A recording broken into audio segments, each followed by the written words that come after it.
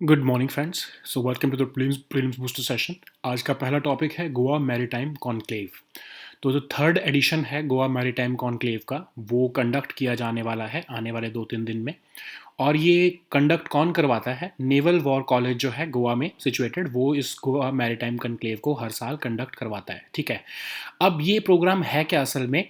Indian navy का एक outreach programme है जिसमें कि मैरीटाइम सिक्योरिटी से रिलेटेड जो आपके एक्सपर्ट्स होते हैं या एकेडमिया होते हैं, उनके साथ जो है एक तरह से डिस्कशंस और जो है आपकी आउटरीच किया जाता है उनको, उनके साथ जो है डिस्कशंस की जाती है, उनके साथ जो है जो भी आपके इश्यूज होते हैं मैरीटाइम सिक्योरिटी से रिलेटेड, उसके बारे में एक तरह से बात की जाती है। एक ऐसा प्लेटफॉर्म है ये जिसके ऊपर जो है सारी डिस्कशंस होती हैं मैरीटाइम सिक्योरिटी से रिलेटेड। और फोकस इसका रहता है इंडियन ओशन के ऊपर। ठीक है, इसलिए आपको देखोगे इस बार के जो हमारा थर्ड एडिशन है, इसके अंदर भी 12 इंडियन ओशन लिटोरल्स की जो कंट्रीज़ हैं उनको बुलाया गया है। और इसमें हमारे डिफेंस सेक्रेटरी और फॉरेन सेक्रेटरी जो है वो की नोट एड्रेस भी देने वाले हैं। ठीक है। अब इसका सिग्निफिकेंस क्या है? अब देखो किस चीज़ों के ऊपर जो है वो सेशंस होंगे, किस चीज़ों के ऊपर डिस्कशंस होंगी, इंटरेक्शंस होंगे। Leveraging collective maritime competencies to counter emerging non traditional threats. अब नॉन ट्रेडिशनल थ्रेट्स कौन से हैं? जैसे पायरेसी है आपका, फिर जो है टेररिज्म है, या आपके नॉन ट्रेडिशनल थ्रेट्स हैं, ये आपके कोई स्टेट एक्टर जो है वो नहीं आपके ऊपर अटैक करता, ये नॉन ट्रेडिशनल अटैक्स होते हैं आपके ऊपर, तो इसको कैसे हम इकट्ठे मिलकर जो है वो टैकल कर सकते हैं, ये इसके ऊपर डिस्कशंस किया जाएगा। फिर मैरीटाइम लॉ इन्फोर्स कैसे किया जा सकता है, और नॉन ट्रेडिशनल थ्रेट्स को नेशनल जुरिस्डिक्शन के बियॉन्ड के एरियाज़ में कैसे कम किया जा सकता है, मतलब उनके टारगेट जहाँ पर से वो ओरिजिनेट हो रहे हैं वहीं पर जाकर कैसे उनको टारगेट किया जा सकता है, ये सब भी डिस्कशंस की जाएंगी। फिर हाइड्रोग्राफी और मैरीटाइम इंफॉर्मेशन शेयरिंग जो है उसको भी किया जाएगा इसमें। ठीक है। अब बेसिक मोटिव ये है कि इंडियन ओशन रीजन के जो जितने भी सिक्योरिटी चैलेंजेस हैं उनको हम कैसे सिक्योर कर सकते हैं, और आपस में हम जो है इंटरऑपरेबिलिटी, आपस की जो कंट्रीज़ हैं वो नेवीज़ उनकी कैसे इंटरऑपरेबिलिटी कर सकती हैं, इसके ऊपर भी डिस्कशंस की जाएंगी। ठीक है। अब प्रिंसिपल ऑफ कलेक्टिव रिस्पॉन्सिबिलिटी, पूरे इंडियन ओशन को सेफ, सिक्योर और पीसफुल बनाने की जो है कलेक्टिव रिस्पॉन्सिबिलिटी रियलाइज़ की गई है, और इसमें जितनी इंडियन ओशन लिटोरल कंट्रीज हैं वो पार्टिसिपेट इसीलिए कर रही हैं। ठीक है। So now let us see this topic in English. Goa maritime conclave. So third edition of Goa Maritime Conclave was recently held. Will be recently conducted by the Naval War College of Goa, and this is basically Indian Navy's outreach program in which they invite practitioners of maritime security, that is the domain experts, as well as the academia for discussions regarding maritime security and tackling of non-traditional threats. Okay, so this year's theme is basically this maritime security and emerging non-traditional threats, a case for proactive role of Indian Ocean region navies. Okay, so this is the theme of this year, and we have also invited 12 Indian Ocean littoral countries, and they would be participating in these discussions also. India's Defense Secretary and Foreign Secretary would also be delivering the keynote address to this conclave. So just remember that this is the third edition. Okay, this is not the first time we are having it. We conducted it last year also, and we conducted it in 2019 also. It started in 2019, in fact. Okay, and the significance of this forum is that we discuss several issues related to maritime security of Indian Ocean region. So about this year, 3 sessions will be conducted, and they will talk about collective maritime competencies to tackle the non-traditional threats, and enforcement of maritime law, and mitigation of emerging non-traditional threats beyond national jurisdiction. So tackling them at their source of origin, it will also be a key focus of these discussions, which will be held at this maritime conclave. So apart from these discussions, uh, domain knowledge of hydrography and maritime information sharing would also be facilitated. Okay, and apart from that, there will be discussions as to how interoperability can be ensured between these Indian Ocean littoral countries, so that future threats and future security challenges in the Indian Ocean region can be tackled. So all this is basically working on a single principle, that is the principle of collective responsibility, that we have a collective responsibility to make the Indian Ocean region safe, secure and peaceful. Okay, so now let us see the next topic, which is draft mediation bill. तो आपको पता है कि government जो है हमारे यहाँ पर पेंडेंसी ऑफ केसेस को देखते हुए गवर्नमेंट ये ट्राई कर रही है कि आउट ऑफ कोर्ट सेटलमेंट्स जितनी हो सके, आर्बिट्रेशन, मीडिएशन, ये सब हो सके उतना ज़्यादा अच्छा है, ताकि हमारी पेंडेंसी ऑफ केसेस जो है वो उसकी वजह से जो है वो जस्टिस डिलीवरी सिस्टम में प्रॉब्लम ना हो, ठीक है। तो इसीलिए union ministry of law and justice जो है उन्होंने एक बिल लेके आए हैं, वो एक मीडिएशन के ऊपर। तो इस मीडिएशन के बिल की ज़रूरत क्यों पड़ी थी? क्योंकि अभी जितने भी मीडिएशन से रिलेटेड जो प्रोविजंस हैं वो अलग एक्ट्स में जो है वो गिवन है। तो गवर्नमेंट ने ये सोचा कि इतने सारे प्लेथोरा ऑफ एक्ट्स की बजाय हम एक अम्ब्रेला लेजिस्लेशन लेके आते हैं जिसके अंदर हम मीडिएशन को जो है वो डालेंगे, ठीक है। अब इंटरनेशनली जो है कंसीलिएशन और मीडिएशन को एक ही शब्द समझा जाता है, इंटरचेंजेबली यूज़ किया जाता है, लेकिन इंडियन लॉ में कंसीलिएशन और मीडिएशन को जो है वो अलग अलग यूज़ किया जाता था। उससे क्या होता था कि बहुत ज़्यादा जो है वो केसेस जो है वो अब समझ लो एक दो केसेस हैं, वो एक केस कंसीलिएशन से रिलेटेड है, एक मीडिएशन जिसमें हो सकती है। उन दोनों को हम क्लब कर सकते हैं, लेकिन सिर्फ हमारे लॉज में ऐसे प्रोविजन नहीं है, तो इसलिए हमको इस एक न्यू बिल लाना पड़ रहा है जिसमें हम इंटरचेंजेबली इन दोनों को यूज़ कर सकें, ठीक है। तो इससे जो कन्फ्यूजन जनरेट हो रही थी ऑलरेडी पहले, उसको भी कम करने की कोशिश की गई है। अब सबसे इम्पॉर्टेंट चीज़ ये है कि इस बिल की इसलिए ज़रूरत पड़ी क्योंकि इंडिया ने सिंगापुर कन्वेंशन ऑन मीडिएशन को जो है वो साइन किया है, ठीक है। तो हमने इसको डिस्कशन की थी ना लास्ट ईयर, आई थिंक अक्टूबर के आसपास हमने डिस्कशन किया था कि क्या है सिंगापुर कन्वेंशन। अगर आपको नहीं आता तो मैं इसमें मेंशन कर दूंगा सिंगापुर कन्वेंशन ऑन मीडिएशन है क्या। तो एक्चुअली उसमें क्या है कि जितनी भी सबसे पहली बार यूएन की एक ट्रीटी सिंगापुर में साइन हुई है मीडिएशन से रिलेटेड। अब उसमें क्या है कि जिसने वो कंट्री ने वो मीडिएशन ट्रीटी साइन की है, तो उस कंट्री के अंदर कोई भी बिजनेस है कमर्शियल, समझ लो कि सिंगापुर का एग्जांपल लेते हैं कि सिंगापुर का कोई बिजनेस इंडिया में ऑपरेट कर रहा है, तो उसको ज़रूरी नहीं है कि वो हमारे कोर्ट में जाए, वो मीडिएशन आर्बिट्रेशन भी कर सकता है, क्योंकि इंडिया भी है इसका पार्ट, जो इस कन्वेंशन का पार्टी, सिंगापुर भी है, इवन चाइना भी इसका पार्टी है। 57 टोटल ऐसी कंट्रीज़ हैं जो इसकी पार्टी हैं।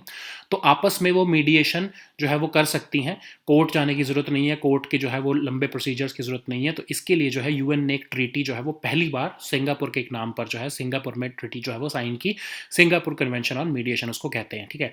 तो अब आपको इसकी थोड़ी सी डिटेल्स जो है वो आपके पीडीएफ में जो है वो मेंशन कर देते हैं, ठीक है। सो अब ये इस बिल की इसलिए भी ज़रूरत पड़ी क्योंकि हमारे जो है रेजोल्यूशन ऑफ डिस्प्यूट्स को हम जितनी ज़्यादा फास्ट कर सकें, अच्छे तरीके से कर सकें, वो हमारे लिए अच्छा रहेगा, क्योंकि उससे क्या बिजनेस इंटरेस्ट बढ़ेंगे, कमर्शियल जो है डिस्प्यूट्स जितनी जल्दी रिजॉल्व हो सके वो हमारे लिए अच्छा है, ठीक है। थोड़े से फीचर्स देखते हैं इस बिल के। अब इस बिल में प्री लिटिगेशन स्टेज पर जो मीडिएशन होती है उसके बारे में बात की गई है। प्री लिटिगेशन क्या होता है? मतलब कोर्ट में जाने से पहले आप बाहर ही जो है आउट ऑफ कोर्ट सेटलमेंट करने चाहते हो, तो उसके बारे में जो है वो डिस्कशन इसमें प्रपोज किया गया है कि ऐसा किया जा सकता है। फिर आपस में ही आप कोर्ट में नहीं जाते हो, उससे बाहर ही आप कोर्ट ऑफ सेटलमेंट कर ले, तो आप एक एग्रीमेंट कर लेते हो कि हाँ हमारे बीच में जो डिस्प्यूट था वो रिजॉल्व हो गया क्योंकि हमने ये सेटलमेंट कर लिया। तो वो जो एग्रीमेंट होगा उसको भी एनफोर्सेबल बाय लॉ बना दिया जाएगा, मतलब उसका भी एक सैंक्शन मिल जाएगा उस एग्रीमेंट को भी, उसको चैलेंज करना भी आसान नहीं होगा, ठीक है। कल को हम आउट ऑफ कोर्ट सेटलमेंट कोई करें, हमने सेटलमेंट करके एग्रीमेंट कर लिया, ठीक है, लेकिन मैं बाद में मुकर जाऊं, ठीक है। तो उस चीज़ को बचाने के लिए कि उस चीज़ को मैं बाद में जाके कोर्ट में मुकर ना जाऊं या कोर्ट में उसको चैलेंज ना कर दूं इस एग्रीमेंट को, उसको भी जो है लीगल सैंक्शन दिया जा रहा है, ठीक है। फिर कॉन्फिडेंशियलिटी। अब जो मीडिएशन करते हैं, आप आउट ऑफ कोर्ट सेटलमेंट कर रहे हैं, उसमें जो हम डिस्कशन कर रहे हैं कि हम जो है कैसे अपने डिस्प्यूट को रिजॉल्व कर सकते हैं, तो उसमें जो बातें की जा रही हैं, उसमें जो फैक्ट्स रखे जा रहे हैं, उसकी कॉन्फिडेंशियलिटी को भी मेंटेन करने के लिए जो है वो प्रोविजंस डाले गए हैं इसमें, ठीक है। फिर जो मीडिएशन सेटलमेंट एग्रीमेंट, जो हमने सेटलमेंट एग्रीमेंट जो है वो आउट ऑफ कोर्ट जो है वो हमने साइन किया है, उसको भी रजिस्टर कराने का इसमें प्रोविजन है कि आप स्टेट लेवल पर, डिस्ट्रिक्ट लेवल पर या तालुक लेवल पर जो लीगल अथॉरिटीज़ हैं उनमें 90 दिन के अंदर आप इस रजिस्ट्रेशन को या इस एग्रीमेंट को रजिस्टर करा सकते हो, ठीक है। फिर इस बिल में मीडिएशन काउंसिल ऑफ इंडिया बनाने की बात भी की जा रही है, और कम्युनिटी मीडिएशन, मतलब बहुत सारी जो कम्युनिटी लेवल पर भी जो है मीडिएशन की जा सकती है, ठीक है। So now let us see this topic in English. Draft mediation bill. So the government has been working on promoting and strengthening the alternative dispute resolution mechanisms. So as a part of that exercise, the Union Ministry of Law and Justice has brought a standalone bill on mediation.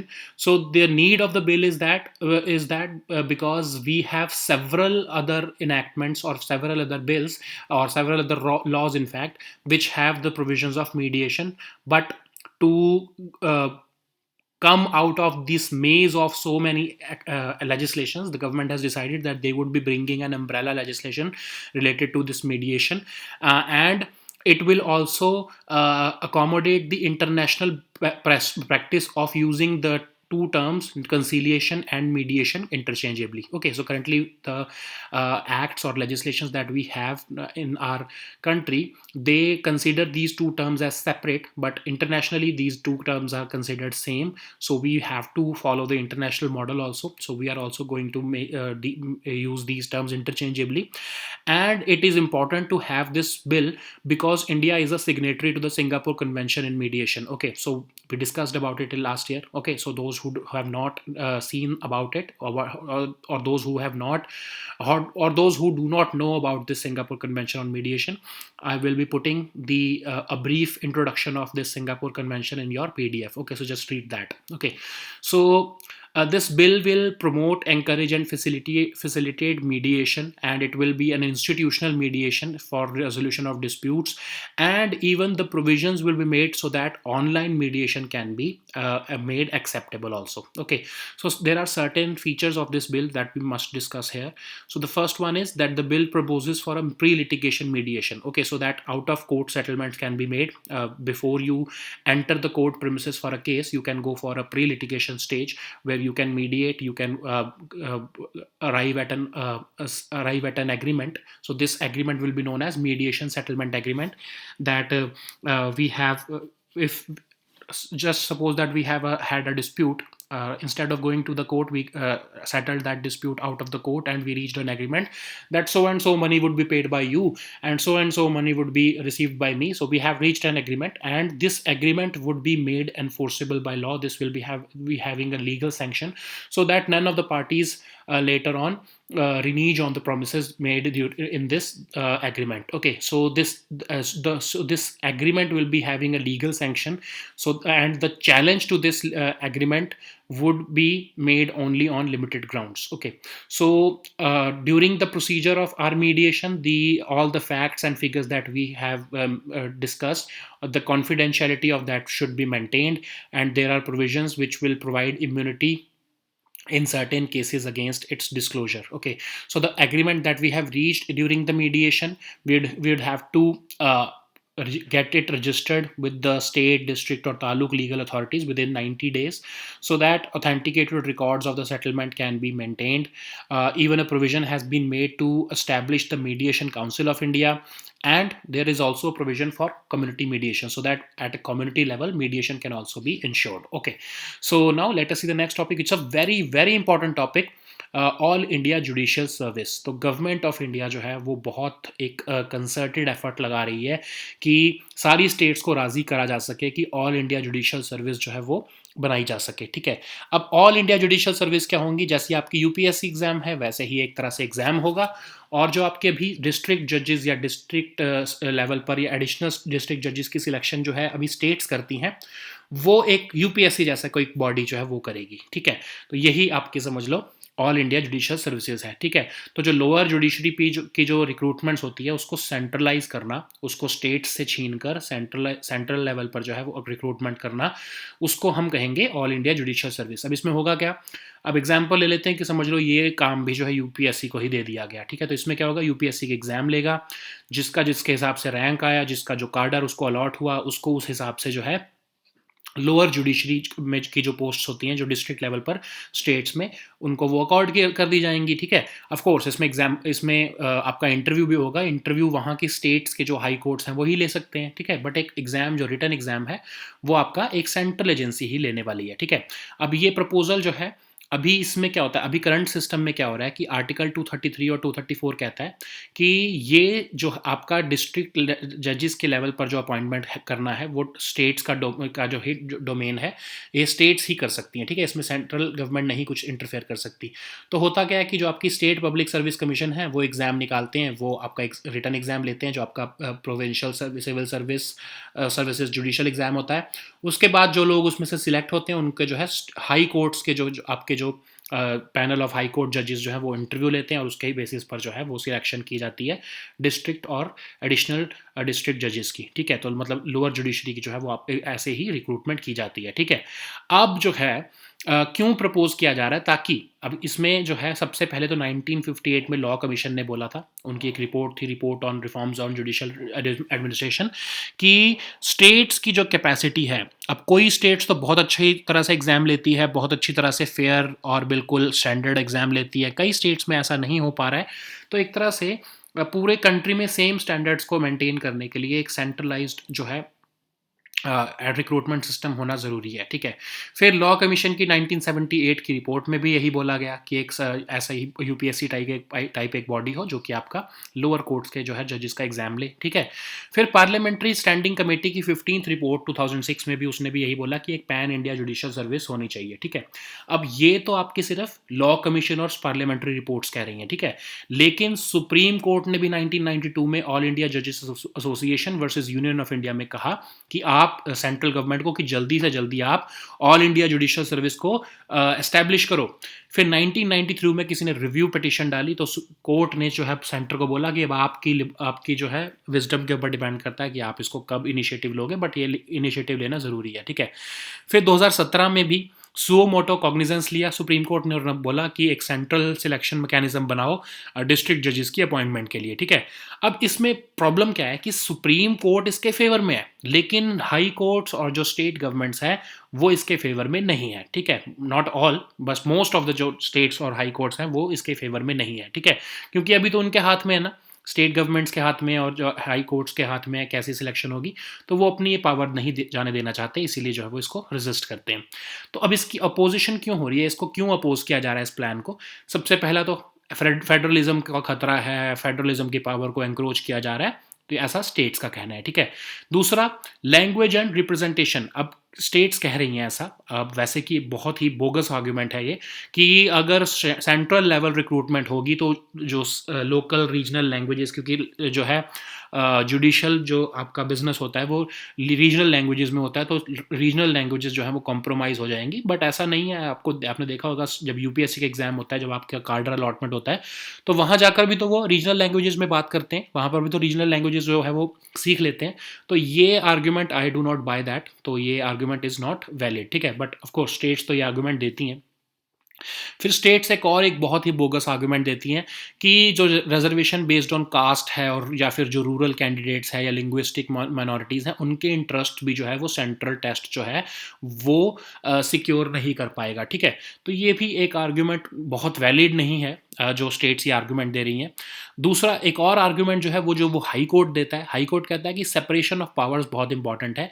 इस case में क्या होगा कि central government के पास बहुत powers आ जाएंगी recruitment की district level जजेस पर, ठीक है। तो ये एक आर्ग्यूमेंट वैलिड है, बट इसका आर्ग्यूमेंट काउंटर आर्ग्यूमेंट ये है कि अभी वही पावर जो है वो स्टेट्स के पास है, तो वो भी तो एग्जीक्यूटिव का ही पार्ट है, ठीक है। तो ये आर्ग्यूमेंट्स जो हैं AIJS के अगेंस्ट जो है, they do not hold much ground. ये बस एक just for the sake of giving arguments वो एक आर्ग्यूमेंट्स दिए जा रहे हैं स्टेट्स गवर्नमेंट्स द्वारा और हाई कोर्ट्स द्वारा। बट ये प्रोसेस अगर हो जाए, ये AIJS अगर पास हो जाए, तो जो जुडिशरी की क्वालिटी है वो बहुत अच्छी हम इंश्योर कर पाएंगे कंट्री में, ठीक है। So now let us see this topic in English. All India Judicial Services.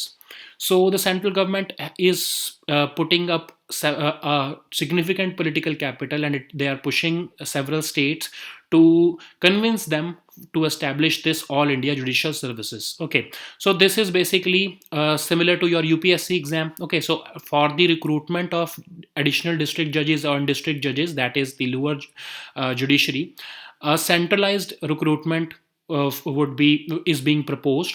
So just imagine that a UPSC is taking exam, and all those who are clearing the written exam, they will be allotted a cadre or the according to the seats available. They would be interviewed later on only by the high court judges, okay, of that particular cadre. Okay, so in this case only the written exam would be taken by the central authority. But why is it important? Because currently the state governments are taking this exam in partnership with the concerned state high courts. But this, we have seen that there is disparity, and there is a differentiation in the standards or quality of the exam that are taken by the states.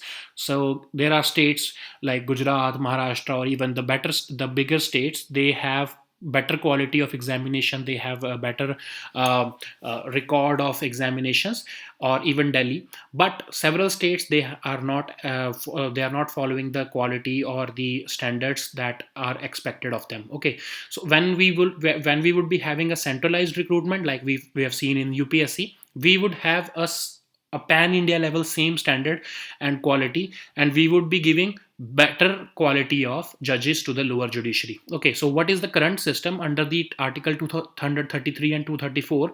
The appointment of district judges is under the domain of the states, and these states take the examination through the state public service commissions and the concerned high courts. So all those who qualify in the written examination, a panel of high court judges interview them and they select them for the appointment to lower judiciary. In this entire exercise, the proposal to have a all India judicial service would ensure that the written examination at least would be conducted by a central level body. Okay, so like in UPSC, we have seen the quality of bureaucrats that UPSC produces and the quality of bureaucrats that state public service commission produces. You already know about the difference between the two. Okay, so this is not a new proposal. The first time AIJS was proposed was in 1958 by a law commission's report, and they said that to ensure that we have efficient subordinate judiciary and to address the structural issues, we have to make a centralized recruitment procedure for the judicial services. Okay, so it was even proposed again in 1978 by the law commission report, and even in 2006 the parliamentary standing committee report in its 15th report said that we must have a pan India judicial service. So apart from these law commission and parliamentary standing committee reports, even the Supreme Court is in favor of it. Okay, so in 1992 the Supreme Court asked the central government to set up this AIJS, but in a review petition in 1993 it said that center must utilize its wisdom as to when they should be setting up this all India judicial services. Okay, so in 2017 also they took the suo moto cognizance, and they mooted a central selection mechanism, and they said that a common examination can be taken up and instead of the separate state exams, and then later on high courts can interview and appoint the judges. Okay, so this would be the best exam this would be the best alternative to the current system of examination. Okay, but there is opposition to AIJS. Like I've told you in Hindi, when I was discussing you in Hindi, all these arguments are bogus. I do not agree with any of them, but of course that is just my opinion. But for exam, you can write these arguments which are given by the state governments as well as the high courts. So the first one is an affront to federalism. So the states are saying that you would be encroaching on our powers because we have the power under the Article 233 and 234 to appoint these lower judiciary judges. Okay, and they are also saying that language and representation would be jeopardized or they would be compromised because the central recruitment would not be catering to the concerns of language and representation. But this argument is not valid because we have seen that UPSC has been very fair in this regard. And there is also an argument that reservations based on caste and rural candidates and linguistic minorities' interest would be diluted in a central test. This argument is not valid also. Okay, so we have seen that UPSC gives these reservations and it does not discriminate between urban and rural candidates or linguistic minorities. So even this argument does not stand valid. Okay, but there is an argument which is given by the high courts. So the high courts are saying that this concept is against the separation of powers, but because they are saying that a central test would be similar to giving extraordinary powers to the central executive in this selection of district judges, but they are forgetting that currently the states are already having this power. Okay, so how does it matter if this power is shifted from the states to the center?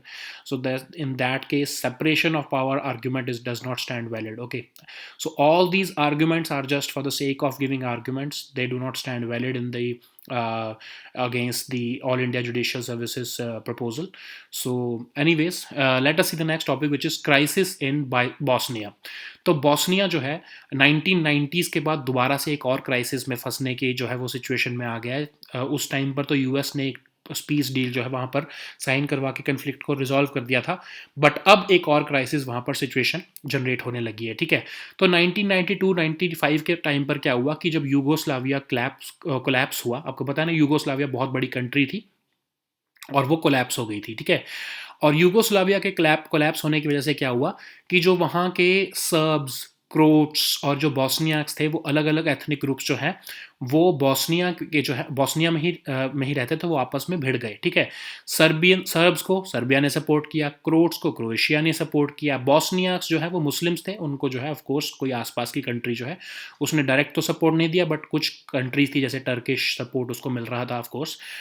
लेकिन Serbia जो है वो सबसे powerful Yugoslavia का सबसे powerful जो है वो ग्रुप था। तो हुआ क्या कि बॉस्निया को ऐसे तोड़ा गया, ऐसे स्प्लिट किया गया एक पीस डील के अकॉर्डिंग, जो यूएस की पीस डील थी उसमें बॉस्निया को ऐसे तोड़ा गया कि जिसमें एक सेक्शन जो है वो एक ऑटोनॉमस रीजन बना दिया गया सर्ब रिपब्लिक का। ठीक है, जिसमें सर्ब्स रहेंगे। ठीक है, दूसरा फेडरेशन बना दिया गया, एक दूसरा ऑटोनॉमस जो रीजन था उसको एक फेडरेशन बना दिया गया जिसमें कैथोलिक क्रोट्स और मुस्लिम बॉस्नियाक्स रहेंगे। ठीक है, अब प्रॉब्लम क्या हो रही है, जो ये सर्ब रिपब्लिक वाले हैं ये कह रहे हैं हम बॉस्निया का पार्ट नहीं रहेंगे, हम एक अलग कंट्री बनाएंगे और हम सेसेशन चाहते हैं, हम अलग होना चाहते हैं।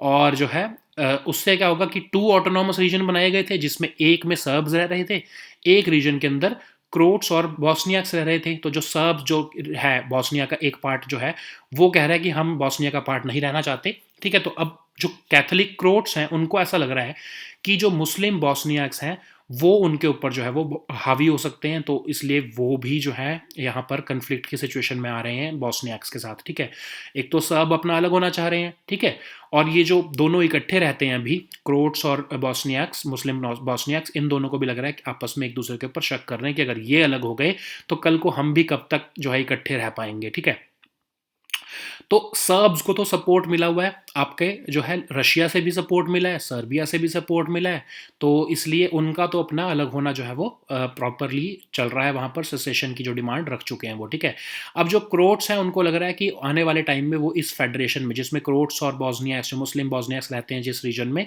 उस फेडरेशन में बॉस्नियाक्स जो है वो मेजॉरिटी में है, तो क्रोट्स जो है वो इरेलीवेंट हो जाएंगे।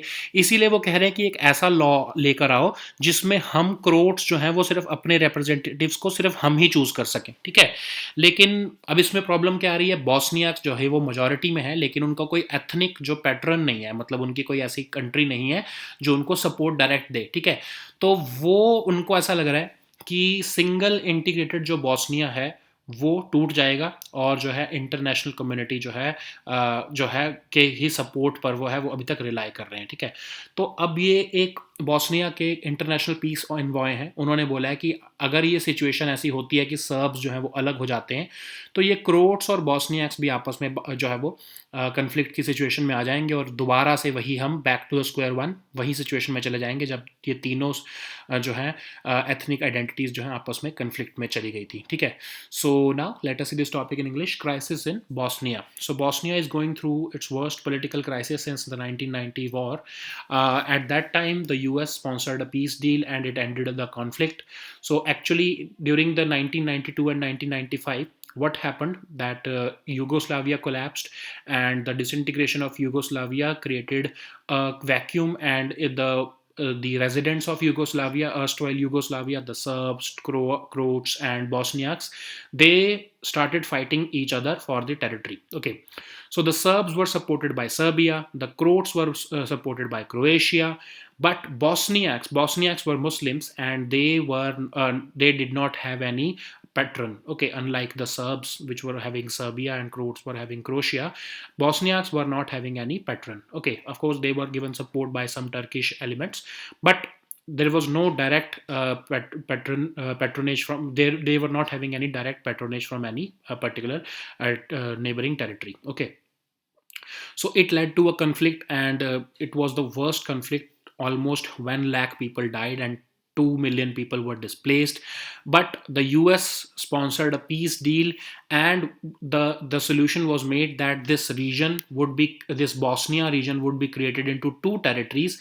In one territory, the Serbs would live, it would be a Serb republic, and the second territory, it would be a federation in which the Catholic Croats and Muslim Bosniaks would share the territory. Okay, so now what is happening? Serb republics is saying that we do not want to be a part of Bosnia anymore. We want to be independent. We want to secede from Bosnia.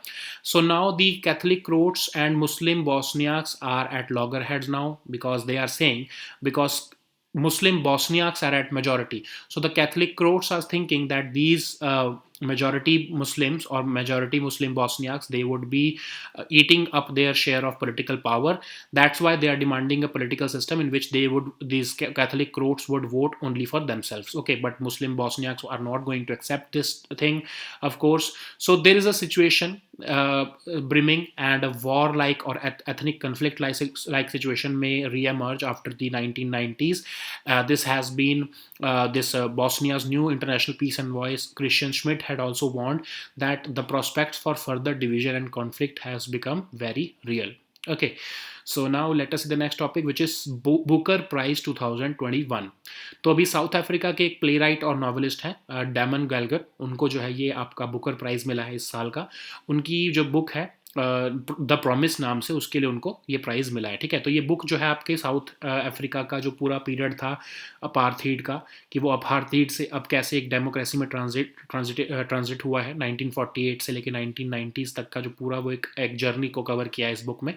ठीक है, तो Booker price के बारे में देखते हैं. तो Booker price जो है, जिसको हम पहले बुकर प्राइज़ फॉर फिक्शन या फिर मैन बुकर प्राइज़ भी कहते थे, वो ऐसे एक लिटरेरी प्राइज़ है जो उस पर्सन को मिलता था, उस बेस्ट नॉवल को मिलता था जो कि इंग्लिश में लिखी गई हो, और या फिर तो यूके में उसको पब्लिश किया गया हो, या फिर आयरलैंड में पब्लिश किया हो. ठीक है, लेकिन लेटर ऑन इसमें कुछ चेंजेस किए गए. ठीक है, जैसे कि इसमें सिर्फ वही लोग, अब एक तो क्राइटेरिया क्या है कि इंग्लिश में लिखी होनी चाहिए. ठीक है, दूसरा पब्लिश भी यूके और आयरलैंड में ही की होनी चाहिए. ठीक है, और एक और क्राइटेरिया था कि जो इसके नॉवल राइटर्स हैं वो या तो कॉमनवेल्थ कंट्री के कोई सिटीजन हो, आयरिश सिटीजन हो, साउथ अफ्रीका के, या फिर जिम्बाब्वे के सिटीजन हो. ठीक है, तो अब ये 2-4 कंडीशंस थी, लेकिन इनको थोड़ा रिलैक्स कर दिया गया था 2014 में. इन कंडीशंस को रिलैक्स करके कहा गया कि कोई भी इंग्लिश लैंग्वेज नॉवल जो है उसको जो है वो बुकर प्राइज़ मिल सकता है. ठीक है, तो ये बुकर प्राइज़ कौन देता है? Booker prize foundation. ठीक है, तो